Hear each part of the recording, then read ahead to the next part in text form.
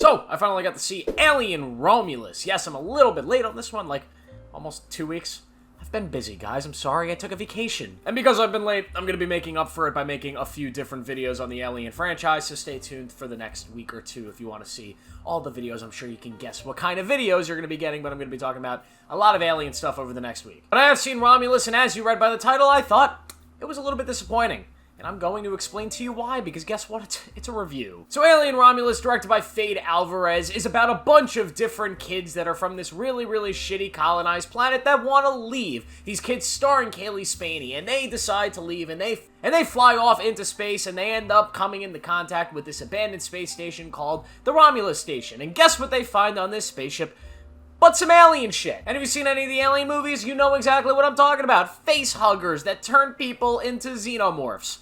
You got an Alien movie. And there are, of course, more twists and turns that happen within the movie, more crazy stuff, but altogether that is kind of the basic plot. It is bringing kind of the Alien universe back to the basics, back to the roots of what made this franchise so great in the original couple films, not so much the prequel films we've been getting that are more kind of these large-scope sci-fi films rather than these kind of tense horror thrillers. And I loved the trailers for this movie. In fact, I thought the trailers for this movie looked absolutely phenomenal. The trailers for this are so good that it literally moved up to being one of my top 3 most anticipated films of the year as of the last couple months. Because it looked not only to be kind of a callback to the original Alien films that are so amazing, but also sort of a big budget sci-fi horror thriller in the vein of stuff that we just don't really get anymore. And Fede Alvarez is this exciting young sort of horror filmmaker that has made some incredibly inventive movies. I love the cast here. Kaylee Spaney, I think, is great. Isabella Merced is also awesome. And I was just really excited for this one. And unfortunately, my disappointment with this comes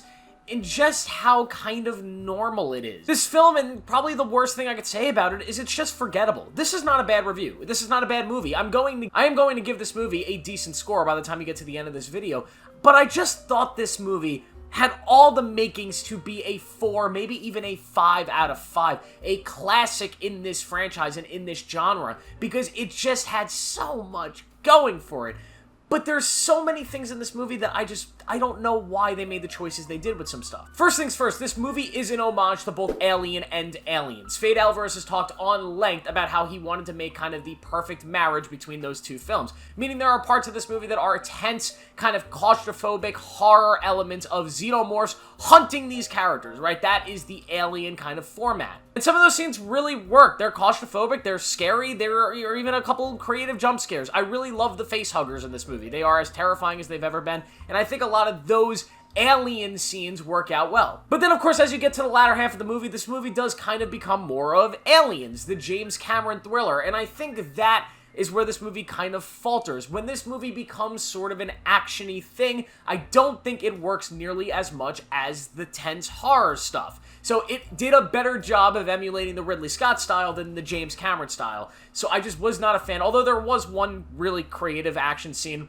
involving gravity I thought was pretty cool. But just the action is never as exciting or thrilling as the Cameron film was. And I think the story involved here as well is just also, I don't know. The base story told in this movie, it's simple enough to tell an Alien story. You don't need much of a setup to tell this kind of story, but as it delves into like the larger lore of the Alien universe, it starts to sort of get into the parts of the Alien universe that I just don't care for that much. I'm talking about a lot of the lore that we've gotten from the previous 2 prequel films that Ridley Scott had made. There are some elements of that film that kind of come into play in this one, not so much in a major way, but in a way that kind of explains the very large element that ends up happening in the 3rd act that I won't spoil here. And because of that, I kind of got lost in it. I just was not really feeling the plot. I wanted it to be kind of more a simple, presentable plot that was more of a character drama than something to continue building this larger universe that already doesn't really work as a larger universe. And my other major issue with the story is just the characters. I was not really feeling most of the characters in this movie. Kaylee Spaney as the lead here is fine, but as a character, there really isn't anything about her that sets her apart from any other character in this universe or any other character in this genre. She is this ambitious girl that wants to get off this planet for her brother. She's strong, she's smart, she makes mistakes, right? She's not perfect,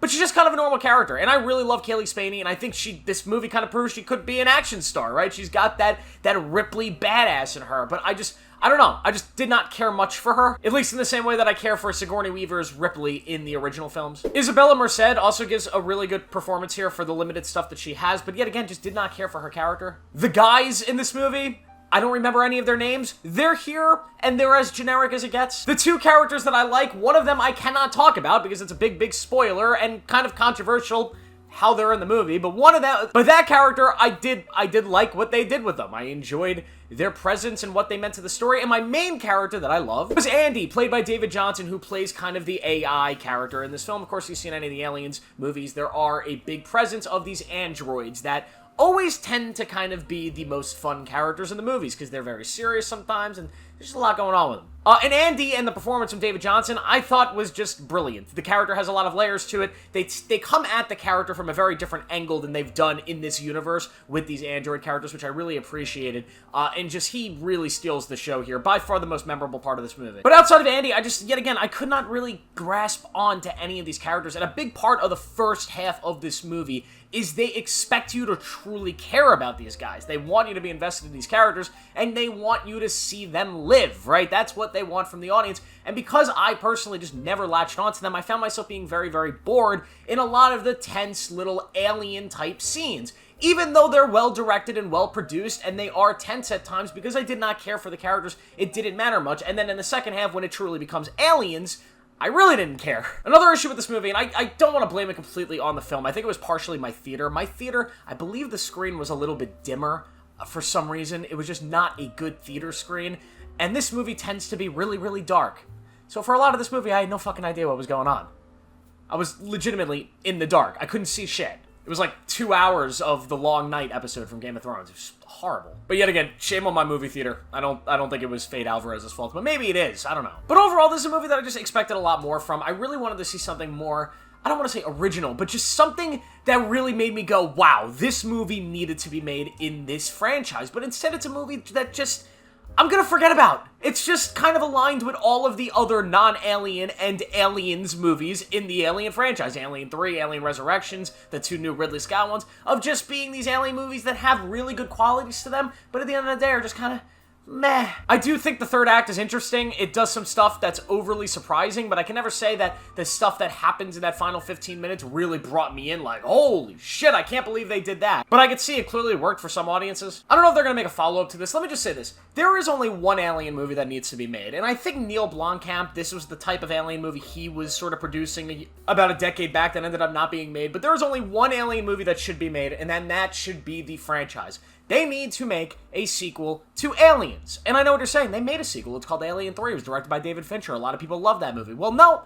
I'm not talking about that. Although I know that movie has its fans, I am not the biggest fan of Alien 3. What I think they should do is give it the Halloween treatment. Eliminate Alien 3, eliminate Alien Resurrections, do a brand new sequel starring Sigourney Weaver and starring a new actress to play Newt. A Newt that would still be alive and continue that story and do a final, very large movie and complete the Alien trilogy. Give us the third movie that we never really got.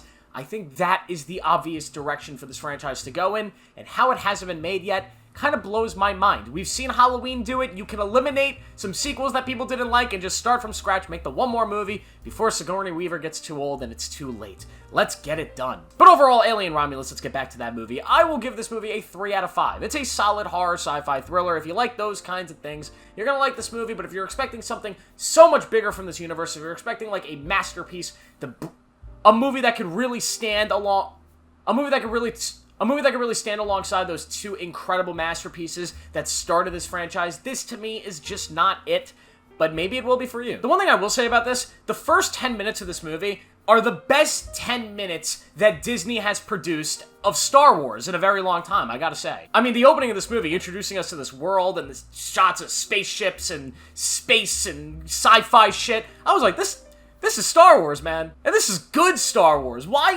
Can we bring this into Star Wars? This tone, this look, that feel? Please, Disney, you made this, kind of, in a way. 20th Century Fox, so that is Disney. Bring it to, have Fade Alvarez direct a Star Wars movie. Let's get that on. Thank you guys for watching. I will see you in the next one.